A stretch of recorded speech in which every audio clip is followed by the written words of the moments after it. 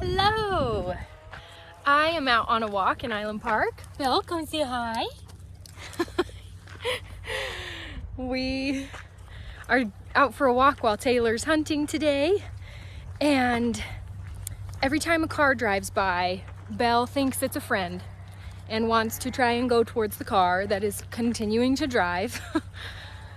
And it made me think, I'm pretty glad that I have this long leash attached to me to make sure that Belle does not go towards the cars.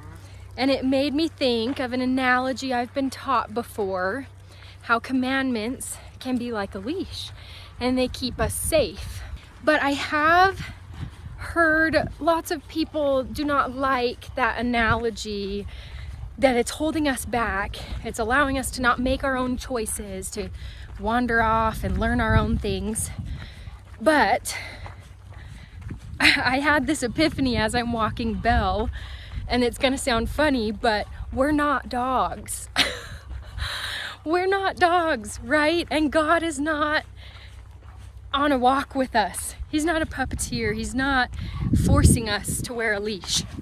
Sometimes commandments like the law of chastity or the word of wisdom that teach us to, not drink alcohol and whatnot, those may feel like they're holding us back. We may want to just experience it for ourselves. And what I've learned with the epiphany of we're not dogs is we're not forced to put this leash on. We're not forced to live those commandments.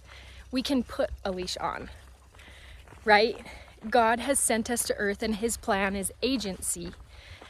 And he allows us to have the choice to make those mistakes or to live against the commandments that he's given us. And that's okay. Sometimes I've sent Belle off to play without a leash on, and she loves it. But she has gotten into porcupines before. But that's okay, because she comes home and she knows to come back to us, because if she's hurt, she knows we'll help.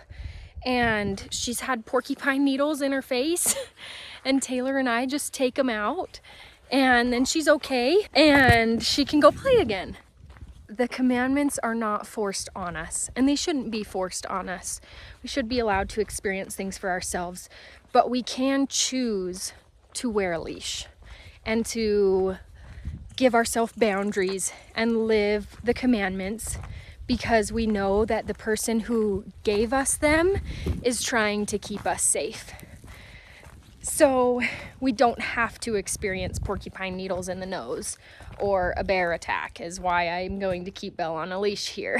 The person who gave us the leash loves us.